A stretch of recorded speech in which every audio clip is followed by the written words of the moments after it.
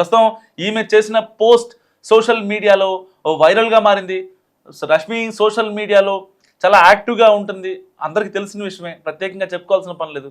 ఒకవైపు కామెడీ షోల ద్వారా బుల్లితెర ప్రేక్షకులను అలరిస్తున్న రష్మి నెట్టింట ఎప్పుడు సందడి చేస్తూ ఉంటుంది, నిత్యం ఏదో ఒక పోస్ట్ చేస్తూ నెటిజన్లు ఆకట్టుకుంటూ ఉంటుంది. సో ఇటీవల జరిగిన ఇరాన్ ఇజ్రాయెల్ యుద్ధం గురించి ట్వీట్ చేసి ఇప్పుడు తన క్యారెక్టర్ని అబ్యూస్ చేసే యొక్క పిచ్చి పిచ్చి కామెంట్స్కి ఒక రకంగా యాంకర్ రష్మి బలేని చెప్పుకోవచ్చు. కేవలం తను మహిళా దినోత్సవం రోజున ఇలాంటి కామెంట్స్ నేను తీసుకోవాలా, నిజంగా చాలా బాధగా ఉంది. దేశం గురించి మాట్లాడితే నన్ను ఖత్తర్ హిందూ అని చెప్పి ఎట్లా మాట్లాడతారు, ఒక హిందుత్వవాది అని చెప్పి ఎలా ముద్రేస్తారు అని చెప్పి కూడా ఆవిడ మాట్లాడిన పరిస్థితి.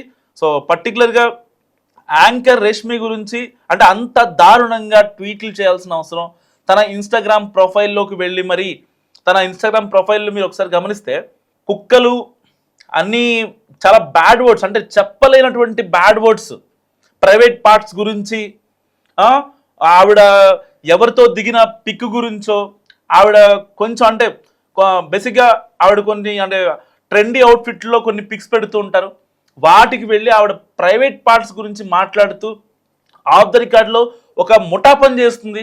కేవలం కమేనీ మద్దతుదారులు ఎవరైతే ఉంటారో వాళ్ళందరూ కూడా ఈవిడికి నెగిటివ్గా పోస్టులు పెట్టడం మనం చూస్తున్నాం. సో అంటే దేశం గురించి మాట్లాడితే ఒక మహిళా దినోత్సవం రోజున ఒక మహిళని ఎంత ఇబ్బంది పెడతారా అంటూ ఆవిడ ఆవేదనలో నిజంగా ఒక అర్థం ఉంది. ఎందుకంటే ప్రత్యేకంగా ఆవిడేదో ఆవిడ కెరీర్ కోసమో లేకపోతే ఆవిడ స్వలాభం కోసమో ధనలాభం కోసమో ఆవిడ చేసింది కాదు. కేవలం ఖమేనీ అనే ఒక మతోన్మాది ఎవరైతే ఉన్నారో ఆయన మరణం తర్వాత ఇక్కడ ఎందుకు ఆందోళన చేయాలి? ఎందుకంటే ఖమేనీ మరణం తర్వాత చాలా మంది టెర్రరిస్ట్ గ్రూపులు కూడా ఇండియాలో యాక్టివ్ అవుతారని మనం గమనించాం. వాళ్ళు యాక్టివ్ అయితే మన ఇండియాకి దెబ్బ, ఇటు ఆర్థిక వ్యవస్థ పరంగా కావచ్చు, కొన్ని ప్రాణాలు కోల్పోయే అవకాశం ఉంది. ఎన్ఐఏ చాలా గట్టిగా టఫ్ ఫైట్ ఇచ్చింది. నిజంగా వాళ్ళు చేసే యాక్టివిటీస్ని చాలా తరువుగా మానిటర్ చేస్తూ నెక్స్ట్ లెవెల్లో ఒక పర్ఫెక్ట్ మానిటర్ చేసింది ఎన్ఐఏ. మరి వీళ్ళంతా ఎందుకు పనిచేశారు ఆఫ్ ద రికార్డులో? బయటకు వచ్చి మాట్లాడటం రష్మి చేసింది తప్ప?